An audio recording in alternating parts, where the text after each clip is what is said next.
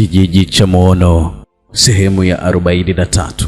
Mtunzi anaitwa Hans Maserini na msimulizi ni mimi Felix Mwenda. Nambari zetu ni 0677 062 012. Simulizi hii na nyinginezo nyingi zinapatikana katika YouTube channel yetu ya Simulizi Mix.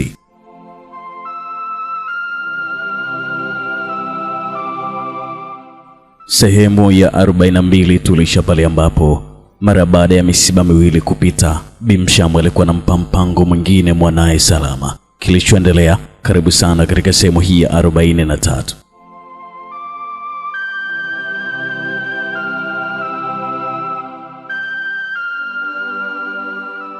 Kama kawaida, kabla ya Bimshamu kuzungumza, kaangaza tena kila pembe. Mara baada ya kujiridhisha, kaendelea na staili yake ile ile ya kuzungumza. Damu yako ya hedhi inaweza kuondoa kinga yake mwilini na kudhoofisha kabisa mwili wake, na kisha sisi kumaliza kumla nyama yake.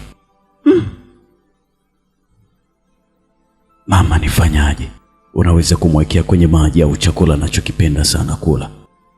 Mama, sasa nitamwekeaje wakati siku hizi hata chakula changu hali, hata kitandani hataki kabisa kulala na mimi? Haya, hiyo damu nitampatia wapi hadi nimwekee? We binti yangu, wewe ni mwanamke bwana, na hakuna mwanaume mkali mbele ya mwanamke mrembo kama wewe binti yangu. Naamini hautoshindwa kabisa. Akamaliza na tabasamu akiwa anamtazama binti yake Salama. Alikuwa na tabasamu tu Bimshamu. Salama naye akalipokea tabasamu lile. Ghafla Salama kalikatisha tabasamu lake. Sura ya huzuni ikajijenga katika uso wake. Mama yake Bimshamu akalitambua jambo hilo. Vipi tena? Alimuuliza, akamtazama usoni.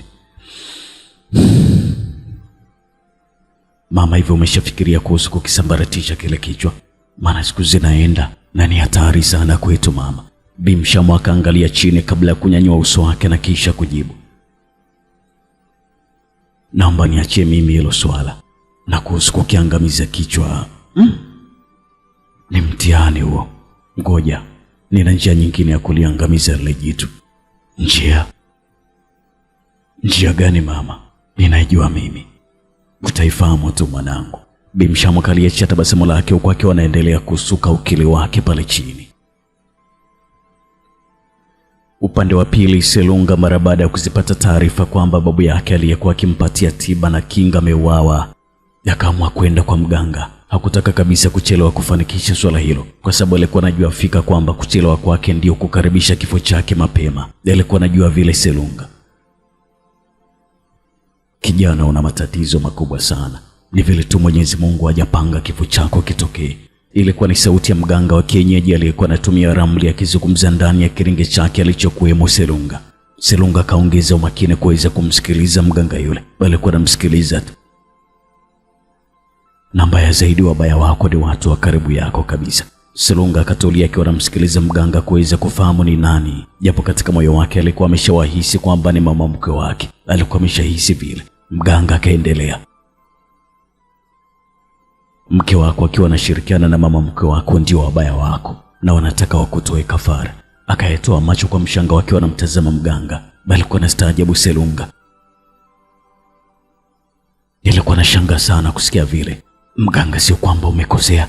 Mke wangu bwana naye pia ni muhanga, kwa sababu ana matatizo lukuki ikiwemo katika swala la uzazi. Mganga akacheka sana mara baada ya maneno yale ya Selunga. Alicheka sana na kisha akanyamaza. Siku zote wakubwa wangu hawakosei na hawatowahi kabisa kukosea, na wao ndio wanaonipa habari hizi. Alizungumza vile kwa akiwa ananyamaza kwa muda na kumtazama Selunga usoni. Alizungumza vile mganga. Na unajua ni kipi kilichosababisha mkeo asipate ujauzito? Selunga akafikiria kwa muda kabla ya kujibu swali hilo.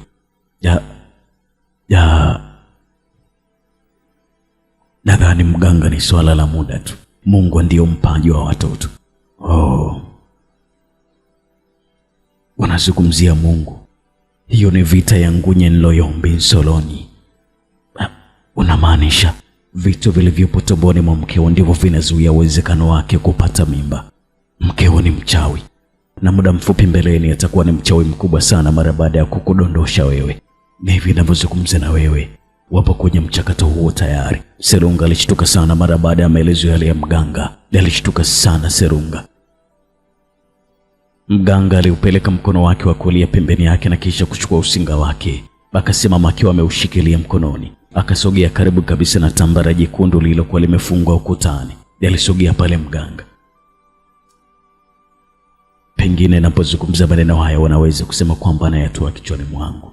Sasa ngoja nikuonyeshe. Mganga alizungumza huku akiwa na micha ule usunga kwenye tambala lile. Muda si mrefu picha mithili ya movie iliyorekodiwa ikaanza kuonekana kwenye ile tambala. Akawa anatazama vile Selunga. Ilikuwa ni kama picha ya movie iliyorekodiwa. Selunga akayatoa macho yake mara baada ya kumwona mkewe akishirikiana na mama mkwe wake wakiwa uchi wakipanga mkakati ule wa kwanza wa kumuondosha yeye. Alistaajabu sana Selunga. Alishangaa sana Selunga kuona vile. Baridi la ghafla likapita katika ngozi yake na muda mfupi baadaye vipele vya baridi vikachomoza katika ngozi yake. Alikuwa na wazi sana Selunga.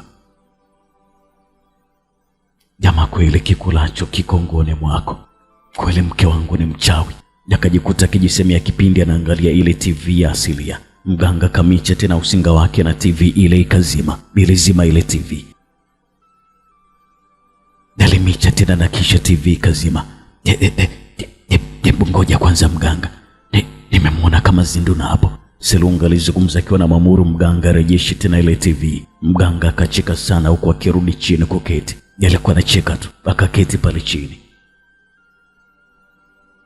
Alikuwa anacheka tu mganga. Mara baada ya kuketi akaanza kuimba nyimbo alizokuwa anazijua yeye mwenyewe. Na baada ya kuimba kwa muda akanyamaza. Huyo binti ndo mbaya zaidi. Yani kule kwa Tabi Mshamu na mkeo. Huyo binti unayemuona hapa ana asili ya nyoka na binadamu pia.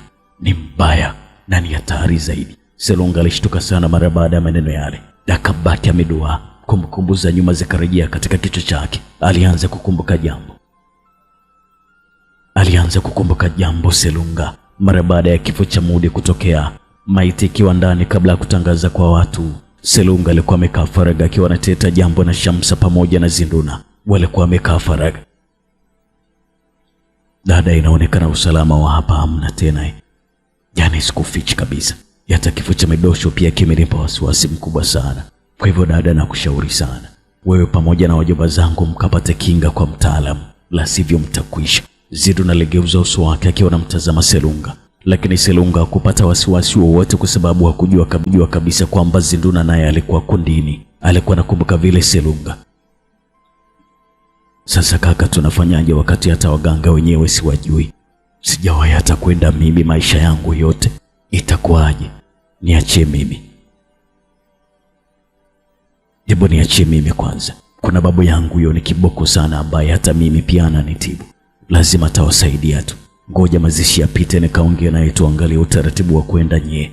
Aliyakumbuka vyema maneno hayo aliyokuwa anazungumza Shamsa, yani wifi yake na mkewe, bila kujua kwamba Zinduna alikuwa ni katika kundi hilo pia. Alikuwa hajajua Selunga. Sasa mganga itakuwaje? Kwa sababu huyo binti anafahamu kila kitu kuhusu ujio wangu huko. Selunga alizungumza akiwa anaonyesha kupagawa. Alikuwa ameshapagawa Selunga. Usiwe na wasiwasi kabisa. Ile mradi umeshafika huku, basi hayo yote yaachie tu kwangu. Unachotakiwa kufanya sasa hivi na kufuata masharti yangu tu. Kwanza tutaanza na huyo binti. Nitakupatia chupa. Itakuwa ni chupa ambayo utamweka ndani yake kisha utaileta hapa. Selunga akabaki anamtazama mganga kwa maswali lukuki huku akiwa anazifuta taswira za chupa ambayo Zinduna anaweza kuingia ndani yake. Alikuwa anashangaa tu Selunga. Alikuwa anashangaa tu kwenye kilinge cha mganga Selunga. Mganga akachukua chupa kutoka katika mkoba wake na kisha kumpatia. Selunga akaipokea huku akiwa anaishangaa ile chupa iliyokuwa ikifanana kabisa na chupa za kuhifadhia dawa hospitalini. Alikuwa anashangaa sana Selunga. Mganga, sasa Zinduna atawezaje kuingia? Bali